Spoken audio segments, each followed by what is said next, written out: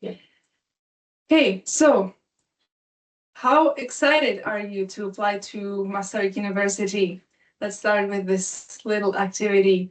Maybe some of you don't know much, some of you know a lot, but share with us through the reactions at the top how you feel right now, what you're looking for. Um, for Ma'am, me, it's I definitely this. You can't wait. Okay. All right. We have some very excited. You can't wait. All right. What else? Perfect. Yes. Cool. Thank you so much for the reactions. Amjad, you raised your hand. Is that because you want to talk, or was that the reaction? First of all, I introduce myself. Okay. I am basically from Pakistan, and Just a note, you can use the raised hand throughout the presentation if you have any urgent questions, but at the end we'll leave some room for Q&A, so you can write down your questions and ask them at the end. Okay, so maybe some of you know about Masaryk University, some maybe know a bit less, but we're located in Brno in the Czech Republic, or Czechia for short, in the Central Europe, very close to Vienna, the capital of Austria, very close to Prague, our own capital. We're a very safe, affordable country, very international friendly. We have a lot of startup companies and a lot of international students, which I'll talk about a bit more in a second. Funny enough, we're the sunniest part of Czechia, so if you're coming from the warmer countries, maybe you'll find that you can get a bit of sunshine here in some of the months of the year. Just for fun mentioning, you see a crocodile here. That's the symbol of Brno. We call him the Brno dragon. The dress there stands for our folk tradition that is very, you can experience that here in Brno too, even though we're a pretty big country for our measures. And we're perfect location for your start of traveling to Vienna, like I said, to Prague, to Germany. Basically, it's a great starting point for all the European trips you might want to take. So, Masaryk University was established in 1919, which is over 100 years ago.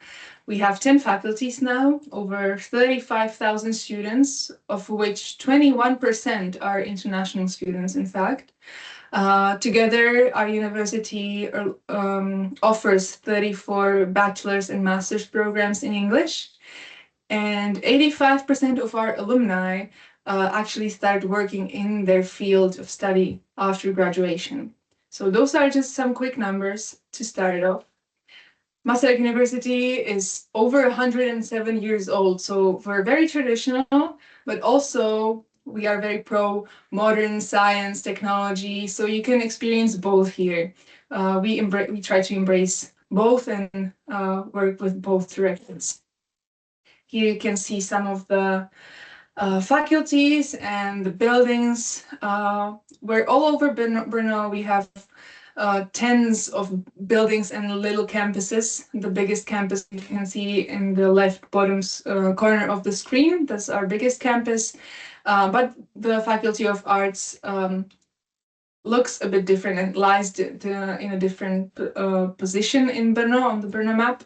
And this is how our main campus looks like. So we were one of the founding faculties of Masaryk University, which means we're also 107 years old. And now we're the largest of the faculties in terms of students. We have over 6,000 students enrolled currently. We have over 30 departments from humanities, social sciences, languages, history, philosophy, archaeology, and much, much, much more. And there are over 20 student associations and clubs. So after your classes are done, you have plenty of options what to do at the faculty too. But now I see that the presentation is a bit broken now. Sorry for that.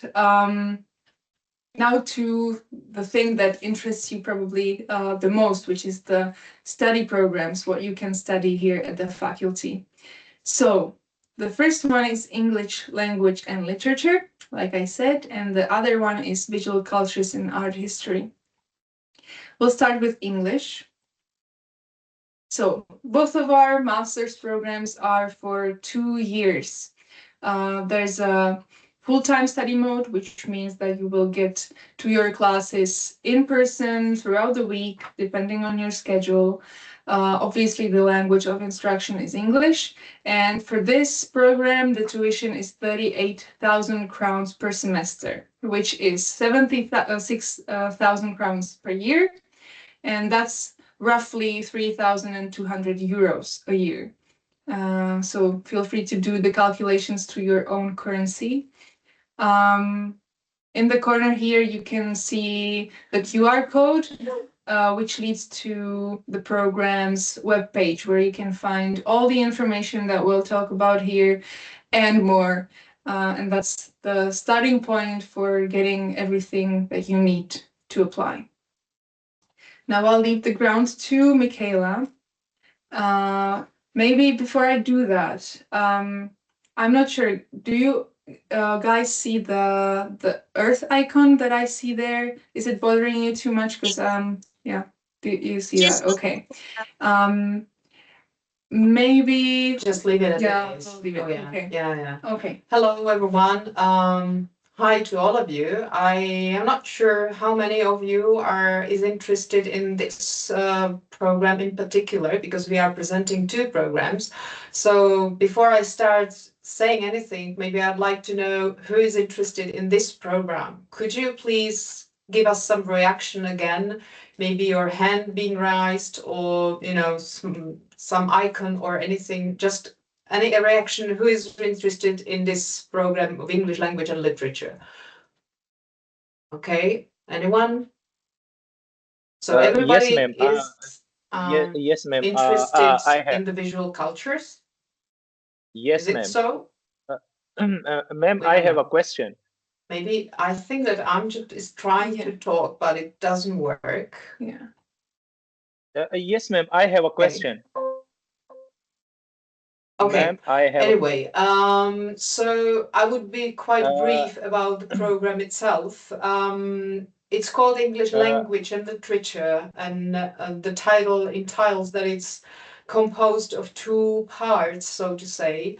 There are 2 specializations to which a student can dedicate, and that's linguistics and literary and cultural studies. Apart from these 2 parts, there are also compulsory subjects, compulsory courses that are looking at some literary and cultural theories, and also on the history of the language, of the English language, to be more specific. The linguistic and the literary and cultures part are divided based on the student's choice. So throughout your studies, maybe after the first or the second semester at the latest, you can decide what you really want to focus on. And sometimes you are caught by some relevant person so much that you even change your previous decision that you wanted to be a linguistic person, and now you find yourself completely dived into any literary theory or so. The main focus here in this program is to give you some knowledge of not only the basic theories with which you probably come from your bachelor studies, but to somehow deepen it and to okay, there's a question, we will get to it. And to develop certain competencies in you that could then lead you to the job that you are interested in. I can't name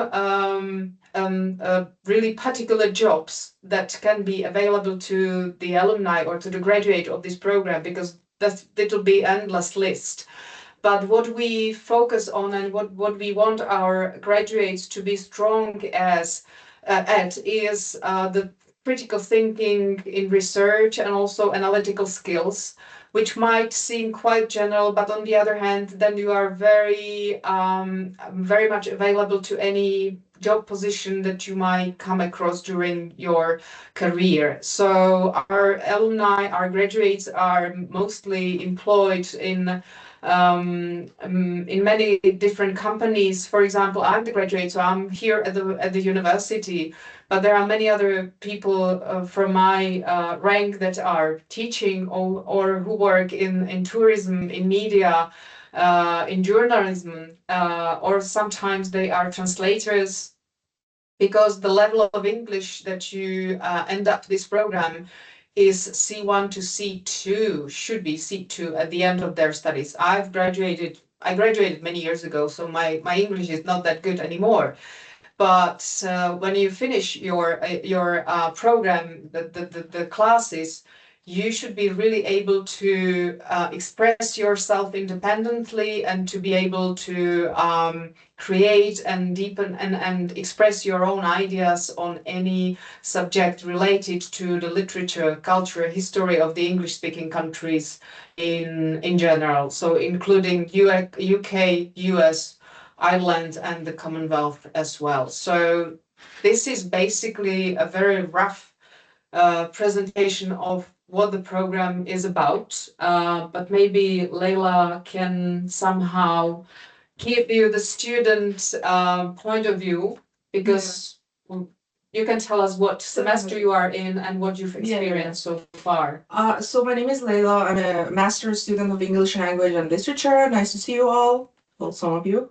I just want to say that, first of all, as you said, in this major, you have two paths. The first one is the linguistic path. The second one is the literature path.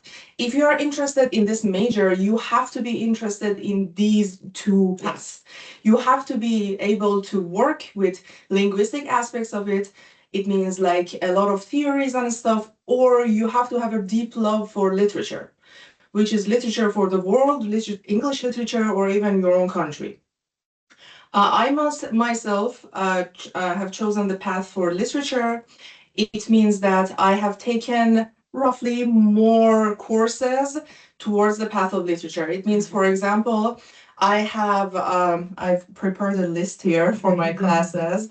Aside from the compulsory classes that I've taken a lot of classes about different poets.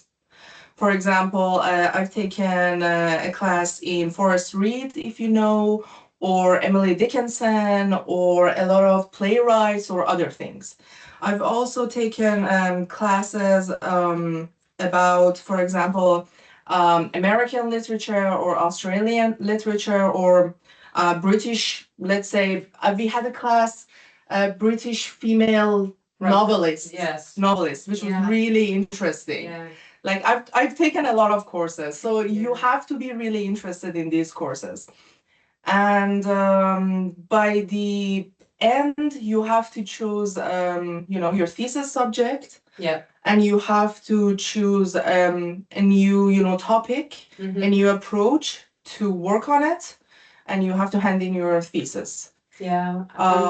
This I think it's also important to mention that the specialization you choose and the thesis then that you are writing at the end of your studies should be in the same direction. In the same direction. So if you choose, if you decide that you are a linguist, then you are a linguist even in your thesis. Mm-hmm. And that's the end. There is no choice to combine it, but it makes sense because what you learn in the courses give you ground for what you need and write about in the thesis. So it really goes hand in hand to work the same direction in all what's required in the program. I just want to mention that not all courses sound very old school. I said like playwrights or very old poets and stuff, but I had like a class which was called Reading Harry Potter.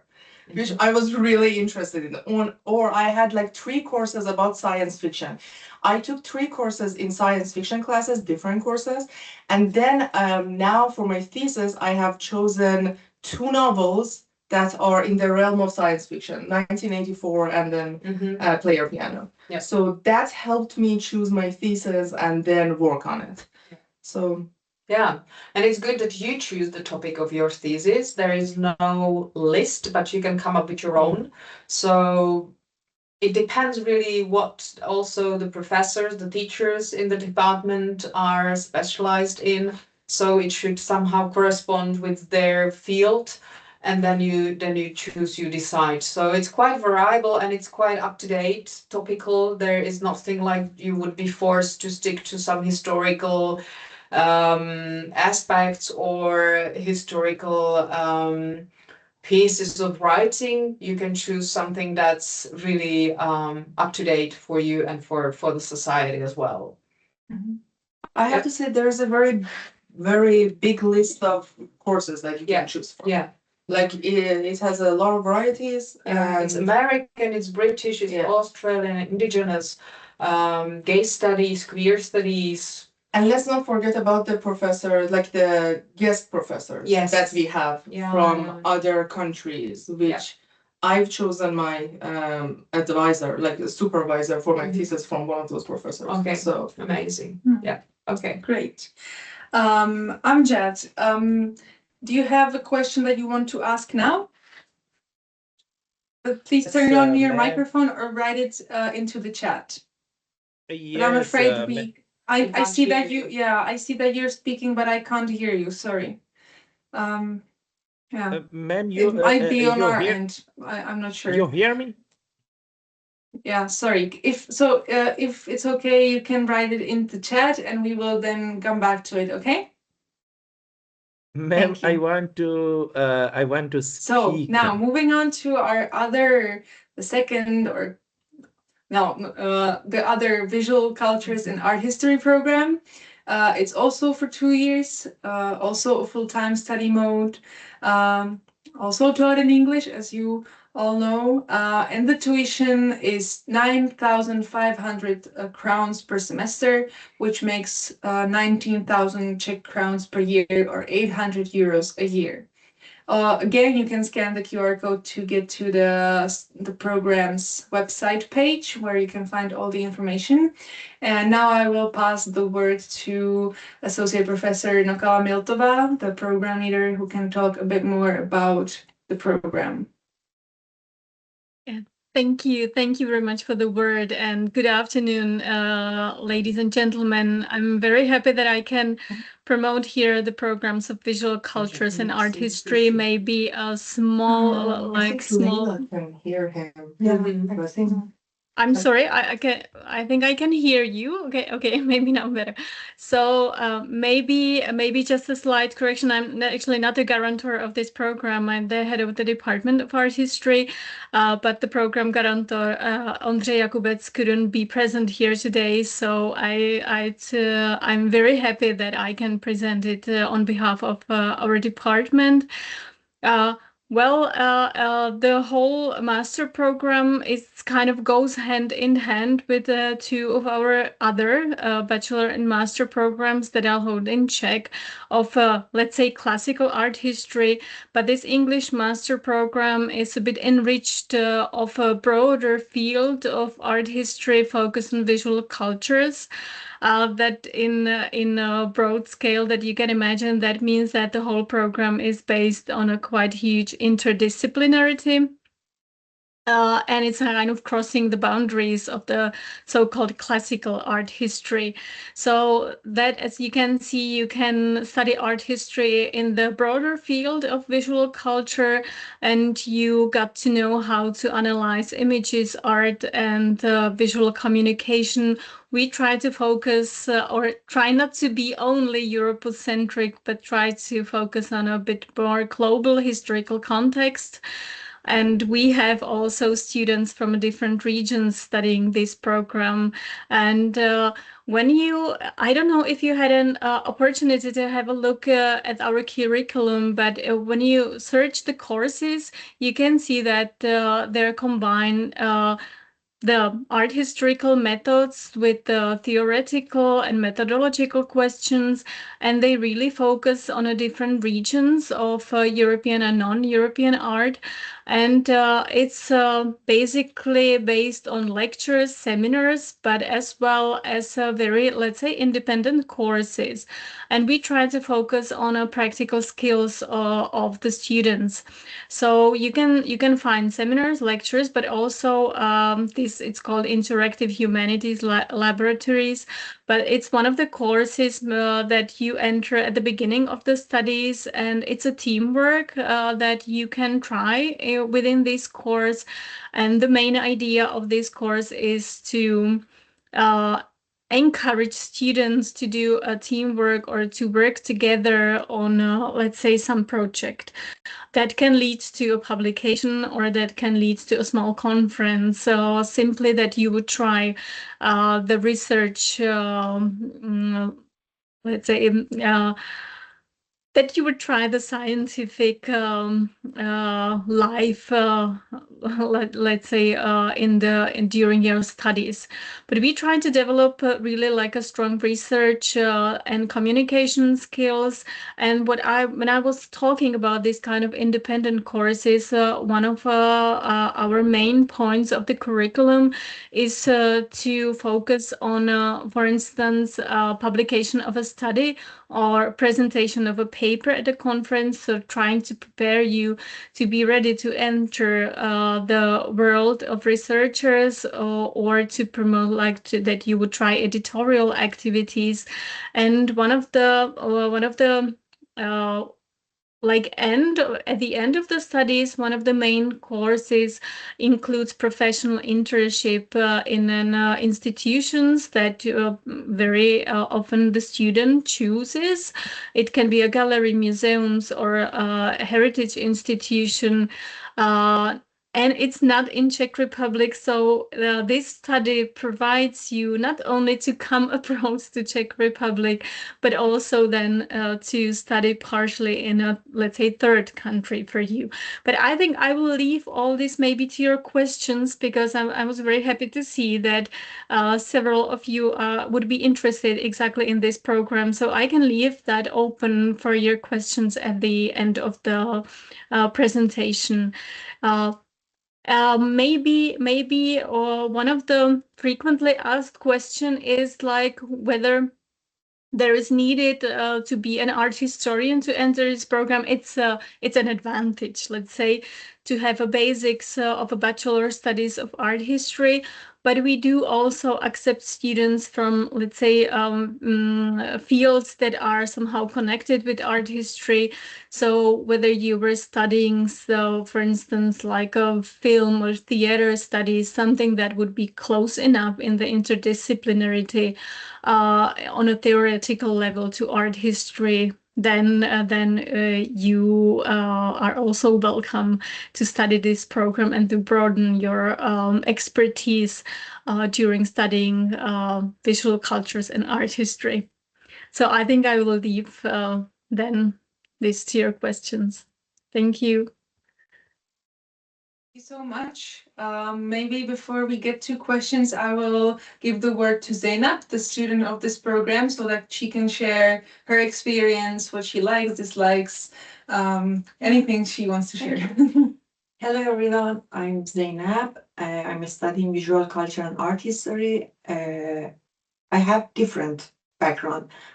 First, I study industrial safety engineering, handicrafts, and painting. And when I was researching for find some course, it was important for me because I had a big study gap, and between bachelor and masters, to take the visa, it's not very easy.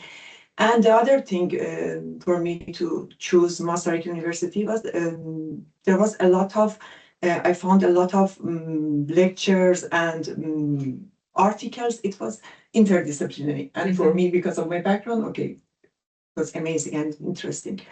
In this program, most of the focus are on the theoretical, but it's up to you. For me, I had two solo painting exhibition in Brno.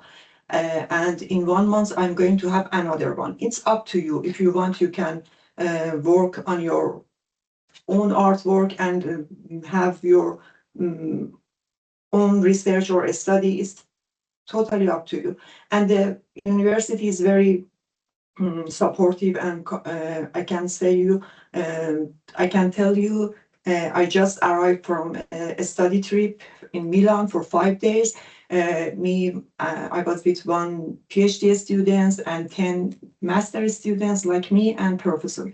It was nice experience. I had a really nice experience, but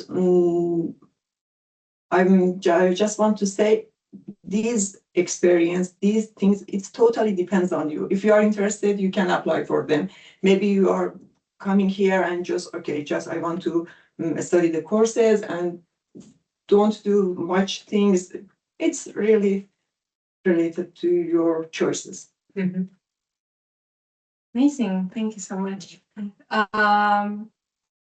I can see that Amjad wrote his questions. Thank you for that. I think we had some technical difficulties which we managed to resolve, but there's quite a few questions. So if you're okay with that, I will leave that to the end so that we can talk about it more in depth, or maybe then after email too.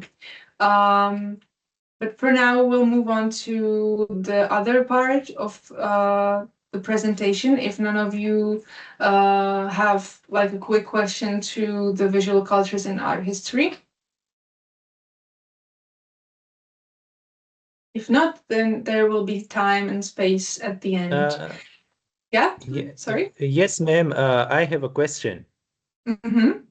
Yes, you all hear me? Yes. Yeah, we now can hear you. Okay. Ma'am, I have a question. My background is in a journalism, mass communication. And you mentioned an email and the program. You submitted the BA thesis.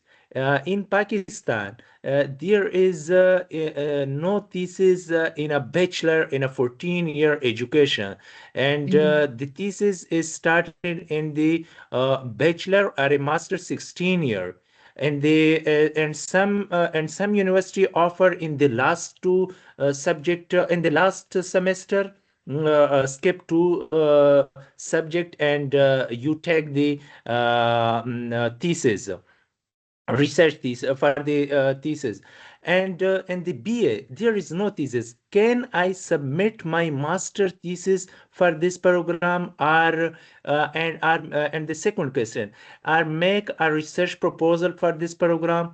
And third question is that in my I have several research paper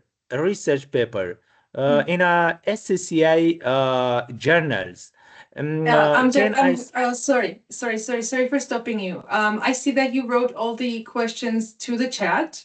And like I said before, there's quite a few. So I would leave that to the end of the presentation. I will answer everything I know with my colleagues, and we can talk about that more in depth after that. This in-between part for questions is more for questions that are quickly answerable, and to have deeper discussion, we will have that time for that in about 20-25 minutes. Ma'am, just I have a little bit question. I have a little question. Please, I have a question. Can I make a research proposal, or the Yes, for the art? we can see Just that we know that you have a lot of questions and we will answer them towards the end because they are very specific and they are based for you personally. So now we will talk more in more general aspects for all the other applicants, and then we will spend some time on your questions at the end of the session. Okay? Thank you. Thank you very much. Thank you. Thank you. Thank you very much. Thank you. Okay. So maybe you'll find some answers now because we'll talk more about the admission process. So it is completely online. There are quite a few different deadlines, so I've written them all down here. If you want to start in autumn 2026, that means September, and you are outside of the EU, then we would suggest you to apply before the 28th of February.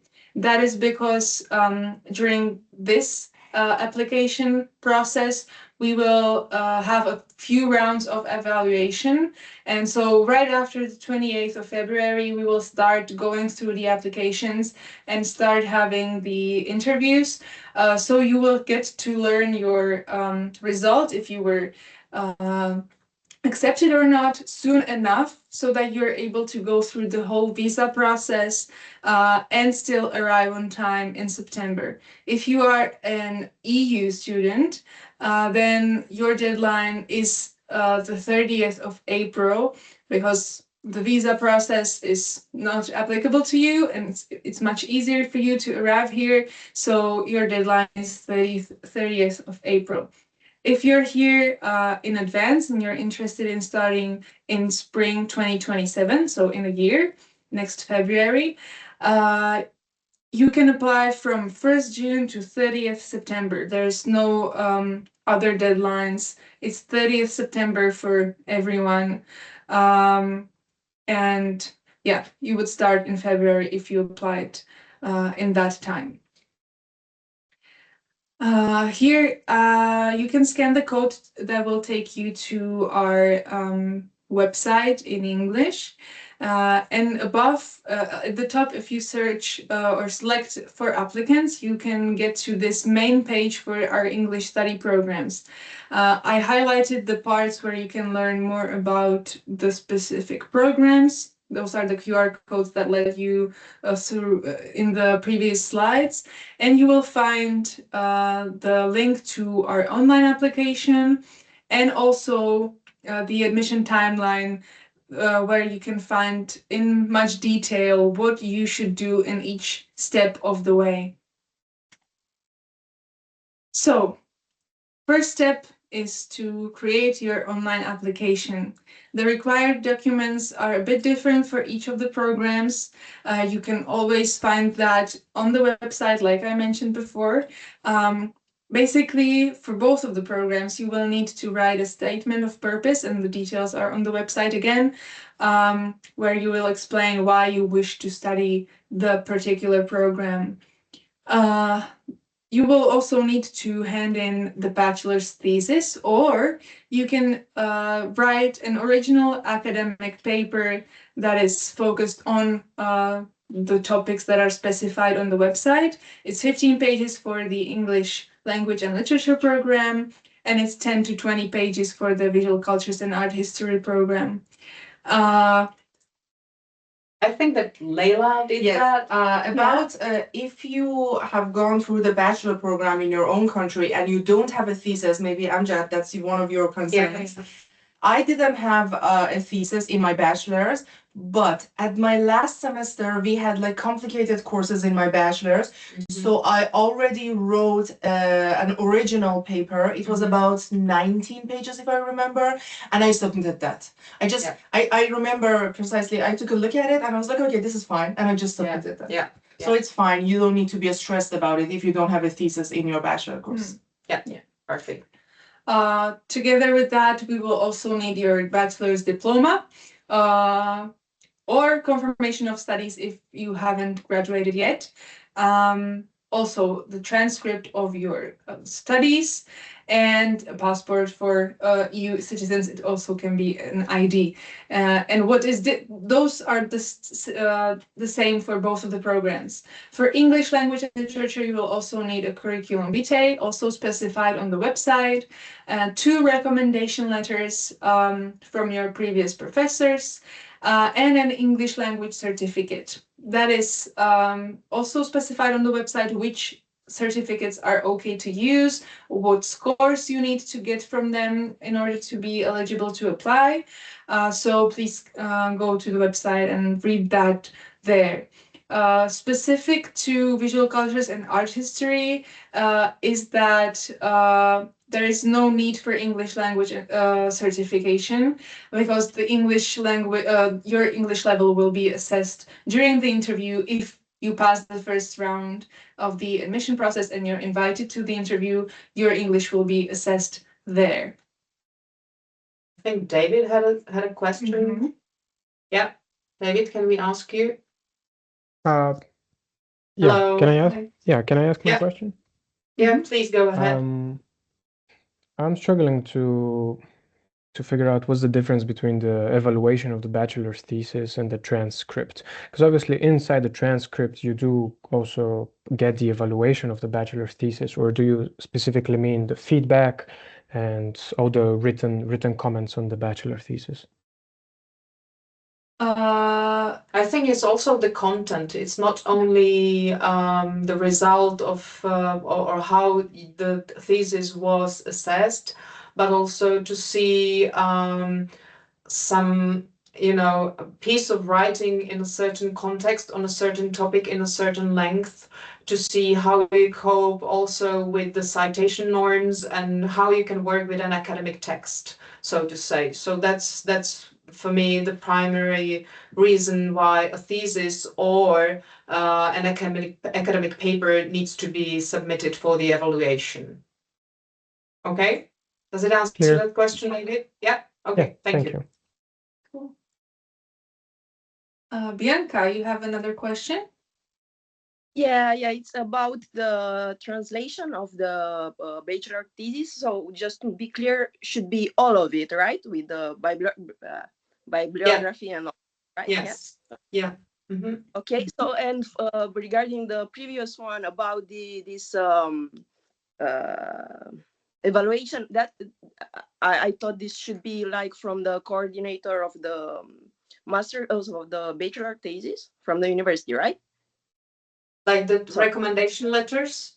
No, yeah, the evaluation of the thesis. Yeah. For visual cultures and and art history, yes, that's like the text that your advisor wrote evaluating your thesis. Yeah.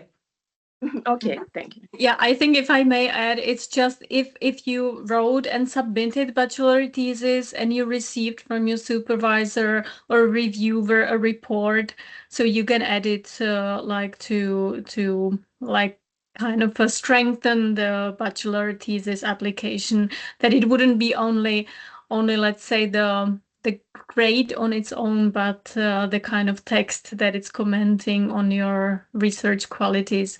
But I don't think that since it's like bachelor thesis or scholarly paper, then it's not required, of course, if it would be a paper. Yes, thank you. Thank you, Bianca. Thank you. So after you've created your application and submitted the documents, you would then be asked to pay the application fee. And that's where emailing with me comes into play, because from now on in the application process, I will inform you about if you have created your application, put everything in, but you haven't paid the fee, and the deadline is approaching, I will send you an email to pay, because if you don't pay by the deadline, your application will not be assessed. So it's very important to do that before the 28th February or 30th of April, depending on your deadline. Then the the committee will go through all the applications and select the candidates that pass the first round, which is basically that all of your documents that you submitted are correct and valid, and you have enough scores in the language certification, for example, etc. And you will be marked with points. With 25 being the minimum to pass, maximum being being 50. This will happen around early March for those who applied by the 28th of February, or early May for those who applied until 30th of April, or obviously for the spring semester intake, it will take place in early October. Then the candidates that passed, that means that they had over 25 points in the first round, they will be invited for an interview, an online interview that will take place late March or late May, or for spring intake, late October. And again, you will be awarded with points, 25 being the lowest passing mark and 50 being the maximum. And for those that are successful and accepted, you will learn that in early April/early June or early November. And that obviously goes for those who are unsuccessful during the interviews too. Now, what happens if you get accepted? First of all, celebration, yay. You will receive a letter of acceptance. You will pay the tuition fee. That is also important. So first you have to pay the application fee, and then you will pay the tuition fee for the first semester, which will then lead us to giving you the documents that you need for your visa or long-term permits and your embassies. You will also submit documents for recognition of your previous education, and my colleague Leila will talk about that in a bit.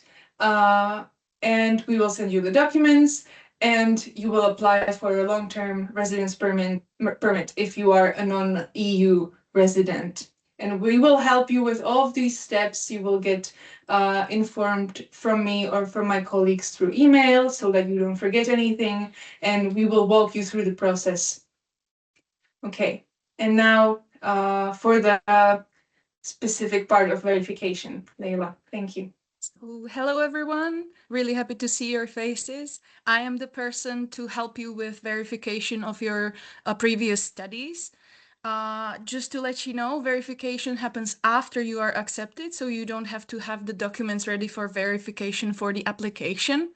And once you are accepted, I will contact you with all the information and all the requirements that we need from you, because the requirements differ for each student based on the country where the diploma was issued, based on the educational system that the university uses, and actually on the type of diploma.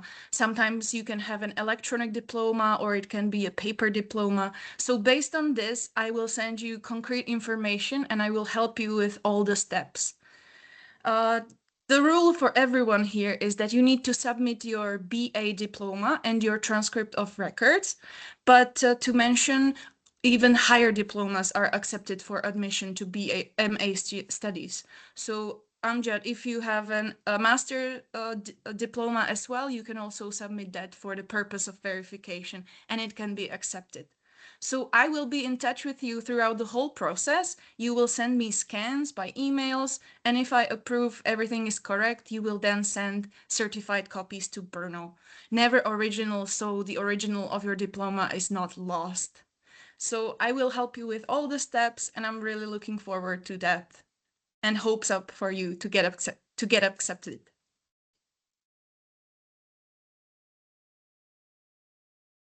Leila, thank you so much for the details about this.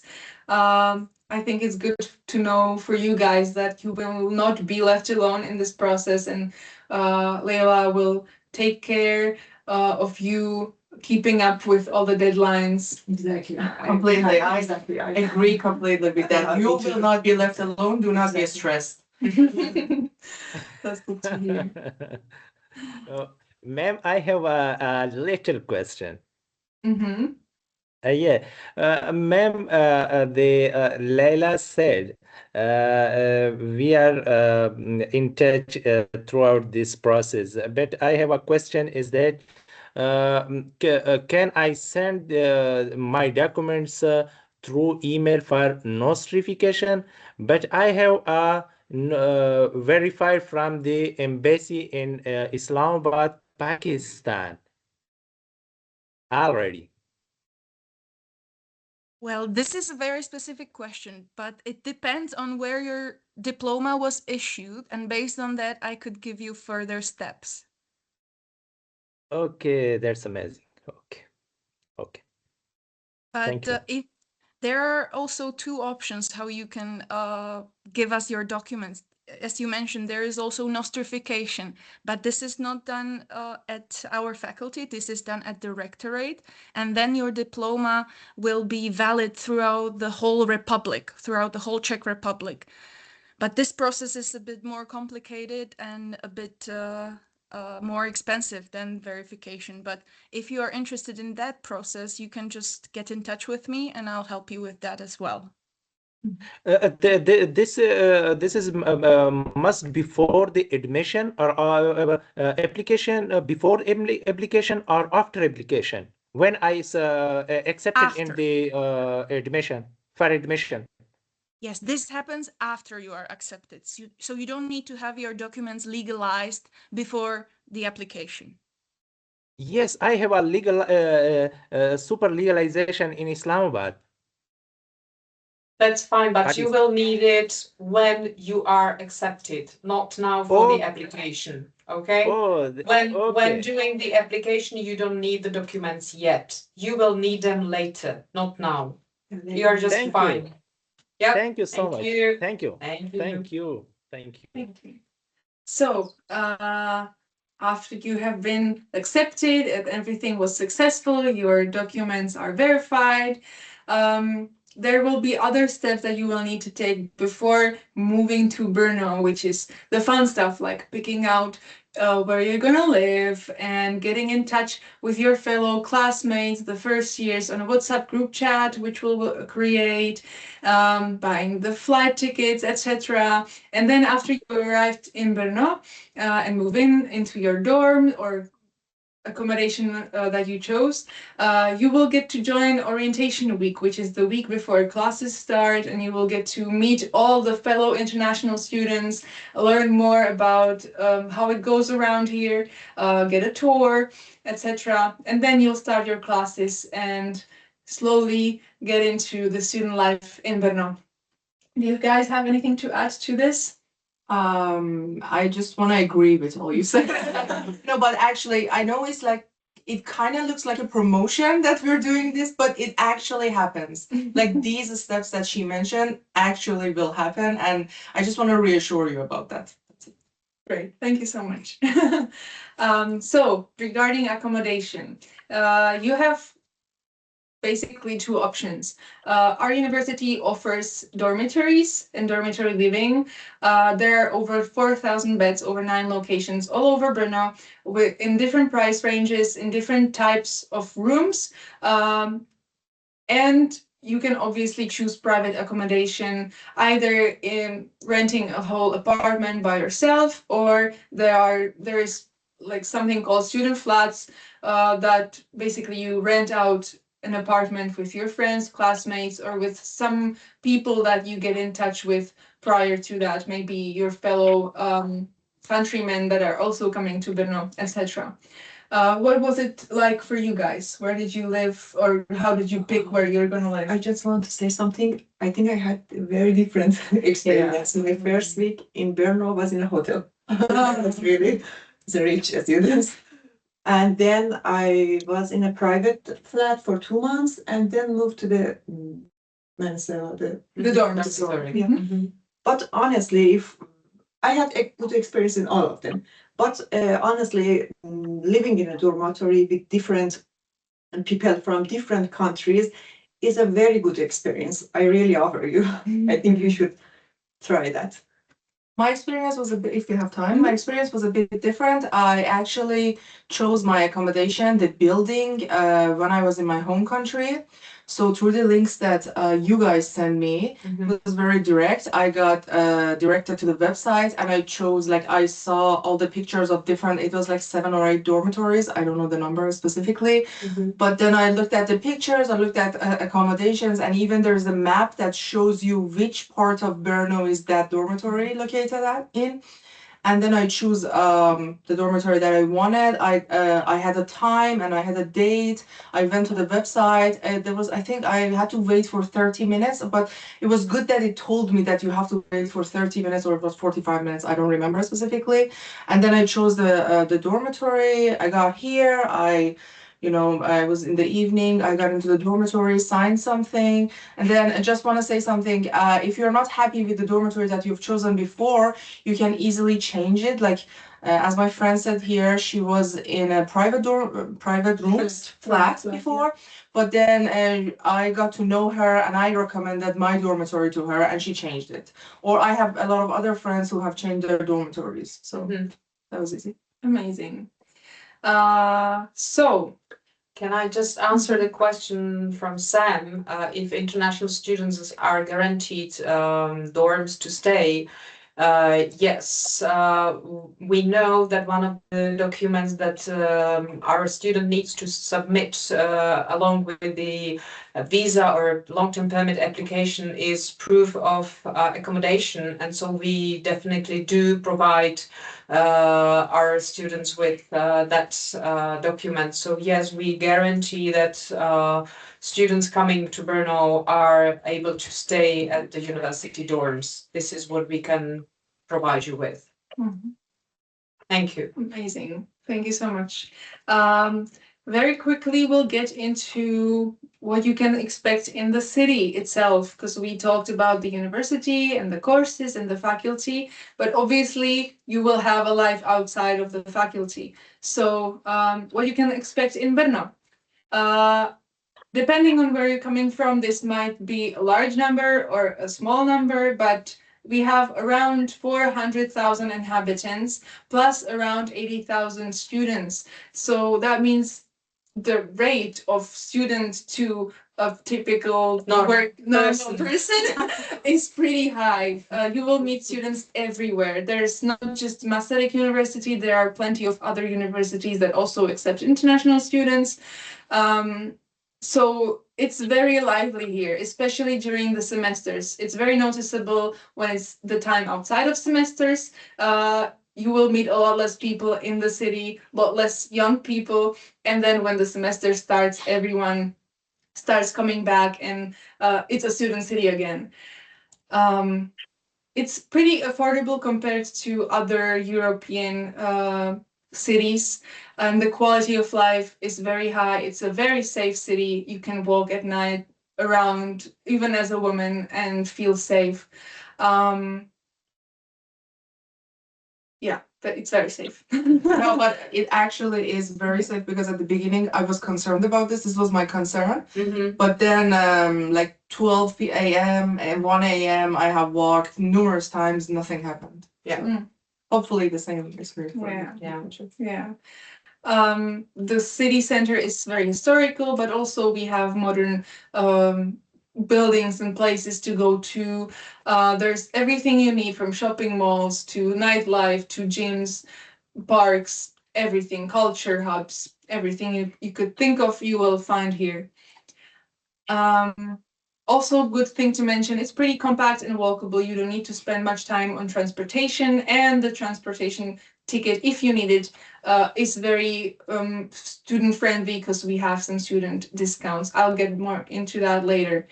And we are a great city to be in for future careers, because there's a lot of startups. Sorry. A lot of companies that are very young, hiring new people from all over the world. So yeah, that's just to introduce you to Brno. You can obviously find more on the internet, take a walk through on Google. etc. And I mentioned being the great starting point for travel. You can visit Vienna in 2 hours, Prague in 2.5 hours. There's the airport here or in Vienna or in Prague that will take you to any other European or international cities around the world. Yeah, it's called Heart of Europe, actually. Czech has a nickname. Yeah. When I was like searching it, so because it has access to mostly like the other European countries. Yeah, that's true. Yeah. And for the costs, here's just an overview of what you can expect. As I said, the dorms are between 150 and 350 euros. Private bedroom in a shared apartment is around 400 euros, but it depends on the location and obviously how many people you share it with. I mean, the apartment. Groceries, hard to assess, but how much do you eat? Yeah, it depends how much you eat. Are you What's your vegetarian? consumption? Yeah. But I think 200 to 300 euros per month is like a doable, comfortable price. We have student canteens where you can get discounted meals. And for public transport, you have monthly passes or quarterly passes or yearly passes that have student discounts. It's 12 euros per month. That's like the standard. And you can take the tram, the bus, everywhere around the city where you wish to go. Okay, girls, do you have anything to add? Drinks are very cheap. Cheaper. Cheaper than 10 euros. Yeah, like even cheaper than a bottle of water. So if you're interested. Yeah, sometimes it's really weird because when you go to a pub, it's better to have a beer rather than Washing. Exactly. I told exactly like that. So if you like beer specifically, this is your city. Ma'am, what is the total cost of the living and foods? What is the total cost? Are 1,000 approximately 1,000 euro, 600 euro, and are 800 euro? What is the approximately? 600 And Because we have like calculated that before. I think it's around like it's like a moderate living, not very high life or low, like 600 euros, something like that. A month for A everything. month for everything. thank you so much. Thank you. Thank you. Cool. So now we've gotten to the end of our planned program, and now it's time, as promised, for your questions and answers. So I see that Leila has been answering some of your questions in the comments. Let's just go through them. So Amjad, I'm reading your question about mass communication. You want to apply to English program or to visual cultures program? Yes, ma'am, I have a plan to visual culture. And one thing I mentioned, ma'am, can I submit a research proposal or my master thesis? There is need a portfolio? What is the need for the submit? Yeah, you do not need a portfolio to apply to visual cultures and art history. It is a very theoretical program, and maybe I will leave, if she's interested, Associate Professor Miltova to answer this question about the relevance of mass communication as the previous education. Yes, with please. pleasure. Yeah, with pleasure. Thank you for the question. Yeah, I would like to stress out that it's really a theoretical field. It's art history, so it at all is not. You're not going to do art. You're. It's about studying art. Well, mass communication, if I understood it correctly, your field was more towards journalism and mass communication. Let's say that it's around the borderline. It would help if you would have any experience, for instance, taking art history courses somewhere at the university. So you don't need to provide a portfolio. When you mentioned a research plan, it's definitely good to mention kind of a research plan for a possible master thesis. As you mentioned, that's perfect. And when you were writing about an article, that would be perfect. If you didn't submit a thesis, but you have an article, it would be perfect. And what we just need to see how close it would be to art history. Of course, any experience with the field of art history helps. Because, for Ma'am, instance, if you would, yeah. Mm-hmm. I have a question. Can Yeah. you mention it? You mention it. Or you write a research research paper. Can I research paper write on a different topic, multi or interdisciplinary research paper, and I also different analysis section, different thing are added in this paper? Well, of course, it's possible, but it would be really beneficial if it would be close to visual culture or art history. If it would be totally different field, for instance, like I now push like totally something. Of course, it wouldn't help if you provide us a paper on chemistry. So if you do understand, like it Yes, needs to yes, be I know. close enough Ma'am, to your ma'am, I field. have a question. What is the department criteria? Is department is interested in a quantitative research or qualitative? No, of course, even art history has within its methods quantitative and qualitative criteria research, but of course, like an art history is a specific field that is mainly focused on a one basic method, and that it's a formal analysis. So it's not really the method that you perhaps would be using, but it really depends on the paper itself. So if I Ma'am, didn't see it, it's very hard for me to give you the Yeah. clear I answer. yes, I I think understand. I'm Understand, ma'am. just I have a last question. I have a last question, ma'am.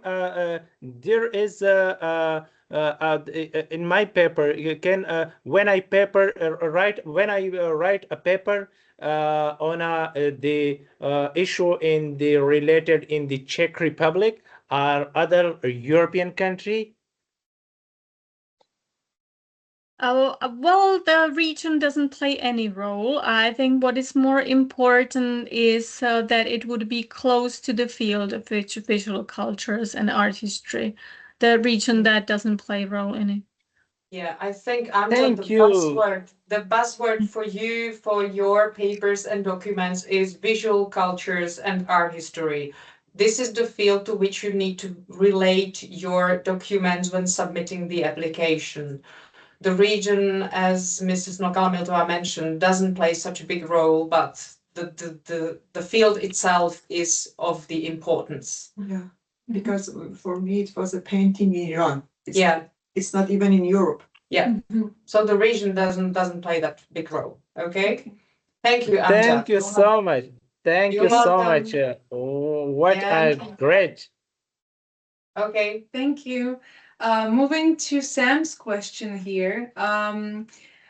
International student from India asking about visa support. Does the university work with or have tie-ups with any agents who can assist with navigating the visa application process? This is usually done if any students are using any agencies to help them with the visa applications. They usually do it through their own research. I don't know of any agents in India that we would have. No. This is basically it's student responsibility to submit the application and to prepare all the documents. The university will provide you with the documents related to studies, but other documents are your responsibility. We will definitely provide you with the information what is needed for the application, and the process itself is on the applicant, on the student. So if you feel like you need support from an agent, it's very much recommended to look for someone yourself. Maybe ask your fellow colleagues, your fellow students for experience, or maybe I guys, think, you can advise what was Yeah, for the nostrification process or for the legalization of your bachelor's documents or translations, I think it's better if you go to the Czech embassy in India, because that's what I did. I went to the Czech embassy and I asked directly, do you have anyone? And they usually have someone who is like responsible for translating this stuff, and it's very it's a short It's straightforward. It's yeah. very straightforward. And it's verified. It's, you know, So- that you can be sure that the embassy is not recommending someone who's Exactly. not It's either the fraud. experience or valid for that. So yeah, that's a very nice piece of advice. Thanks for that. Yeah. Okay. Do international students get guaranteed dorms to stay? Of We've course. heard, we've answered that. Yeah. Yeah. Okay. Thank you, Sam. Programs Programs in Czech language. You definitely need to be able to write and read and understand spoken Czech. So C1 is basically recommended. There are, but otherwise there are no tests on your Czech language capabilities. So it depends on you. You will have to probably go through an entrance test, which will, to a certain extent, test your knowledge of Czech in the content. So that's how it works with the Czech programs. You're welcome. Yeah, Leila answered about electronic transcripts. Are there any free Czech language courses and Czech integration courses that we non-EU can take? Also, any tips on how to learn basic Czech to survive and enjoy Czech for the 2 years of my time there? Maybe you guys can tell. Yeah, well, we have the Czech department here in the Faculty of Art, and you're allowed 2 free semesters. Guarantee that you have to pass the first semester to be able to go to the second semester.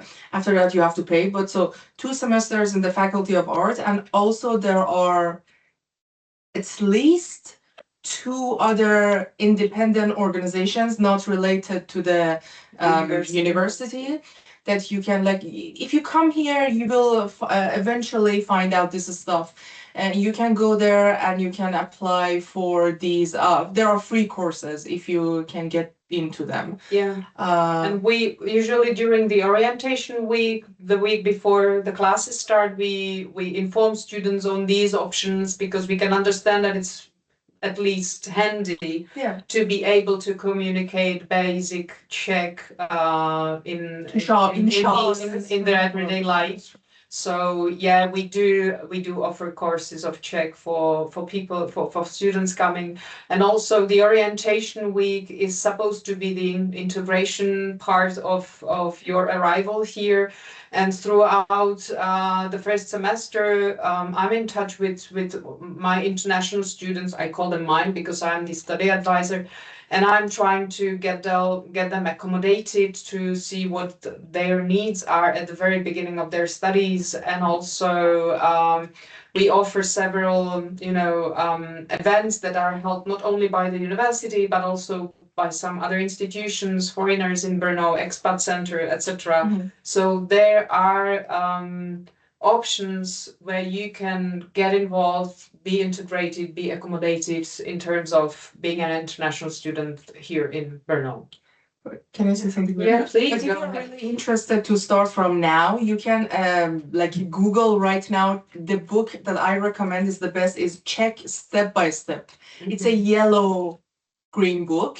So just you can Google it. It's like for English instructions and stuff, and you can read it. Okay. Very easy. Duolingo doesn't work for us. Duolingo doesn't work. No. Duolingo doesn't work. Okay. All right, next. Okay. Visual cultures questions. What does the master thesis look like? Is there a practical element like analysis or a curricular project? Is there assistance on finding an internship? And are there courses related to law and management in relation of artwork and collections? Ooh, very specific. Very specific. Yeah, I guess I can answer the question. Thank you for the question. But the master thesis, it's mainly theoretical. I mean, it can include a certain way like a practical element in the way, like as in the sense of the analysis, as you mentioned, not really that you would submit a curatorial project, that you would do an exhibition. It would be more that you would write a theoretical thesis about, for instance, comparative work about the different exhibitions in the history and in the present, for instance. So a bit like that. If you would like to see like how the thesis look like, they're all online available. So you can check, for instance, to look at the people, look at the system, and everything is available online. Commenting on the courses, we have courses definitely related to collections and let's say curating exhibition. It's partially connected with the management of exhibiting of artworks. I'm not sure if any of my colleagues is really focused on the legal aspects of the curatorship, but of course we might consider when giving the courses about curatorship that these questions can be as well, let's say, answered there. But there are definitely courses about curatorships. Yeah. Thank you so much. And we also do offer, the question number 2 is if we offer assistance on finding an internship, we do. Oh yeah, I'm sorry. I overlooked that one. That's fine. Yeah, well, of course, definitely. We definitely do. We have a list of institutions with whom we cooperate. We also encourage the students to, let's say, if they would be interested in an institution that wouldn't be on our list, or they would be interested in something else, we encourage you to find an institution that you would like to take an internship.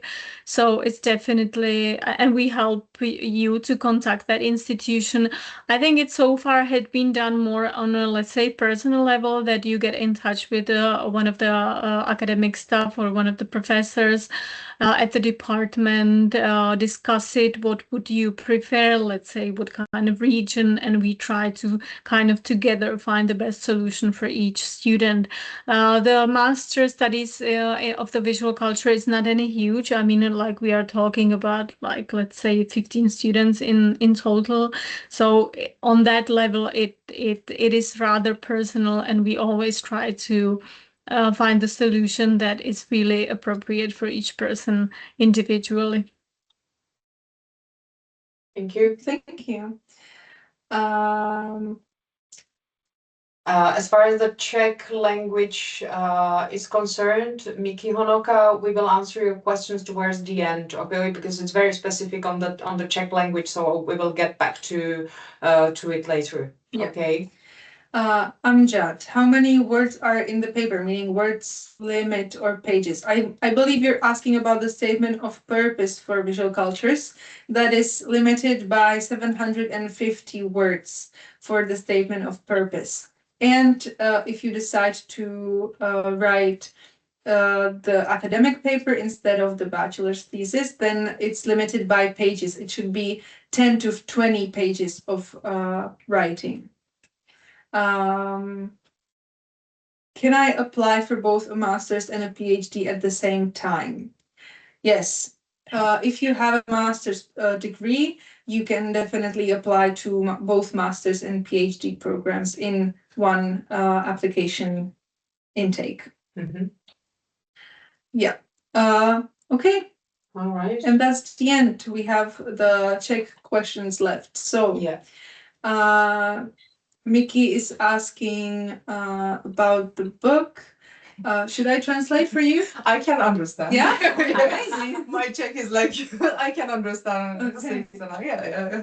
Yeah, so we will have a look. We will have a look, and we will try to send you a link for the book. So that you can I have the PDF already. Okay. Okay. If you're interested. Layla can share it with you. So just we will reach out through the Teams or through the emails to you later. Okay, if that's okay for you, Miki Honoka. But it's also very available if you just Google it and just like be like, download it. PDF download if you do that. We are not in favor of this. We do No. not recommend that. No, but definitely it's an not. option. It's just, yes, it's available. Thank you.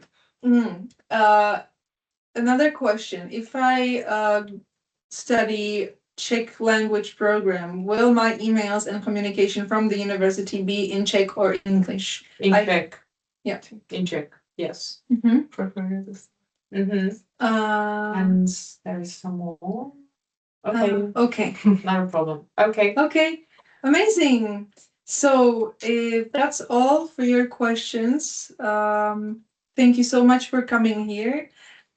Here you can see the contact info to the leaders of the programs. As I said, Professor Chovanec wasn't able to attend today, but here's his email in case you have specific questions to him. And you see Ms. Nokala Miltová email, Michaila's email, my email, and Leila's email. And in case you would be interested to contact our lovely students here, you can text into the chat and we can connect you personally with them. Ma'am, Yeah. but thank you so much if I bother you, and I apologize.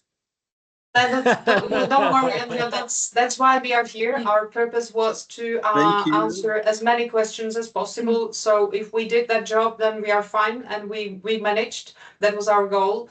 So thank you for your questions. That's always, you know, if there is a discussion, it's always better than silence. So thank you for that.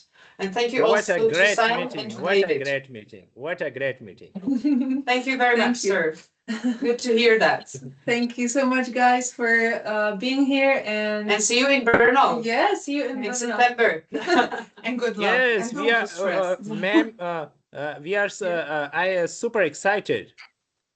Okay, that's very nice. Amazing. And Glee, Yes. Glee has Thank one you. more question, maybe? Uh-huh. Yes, Glee, go ahead, please.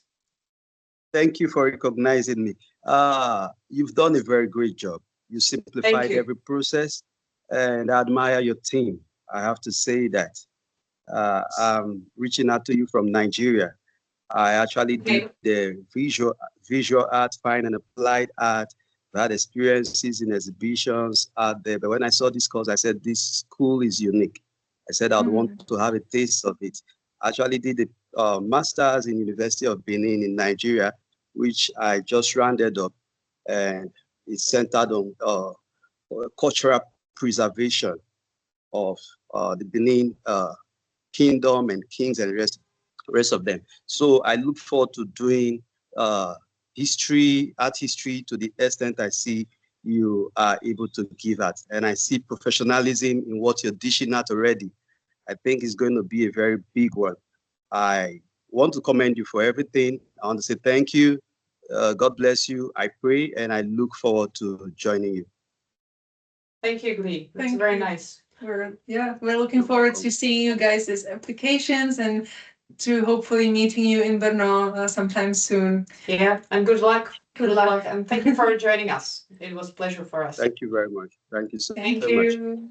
Děkuji, nashledanou. Děkujeme. Děkujeme, nashledanou. Nashledanou.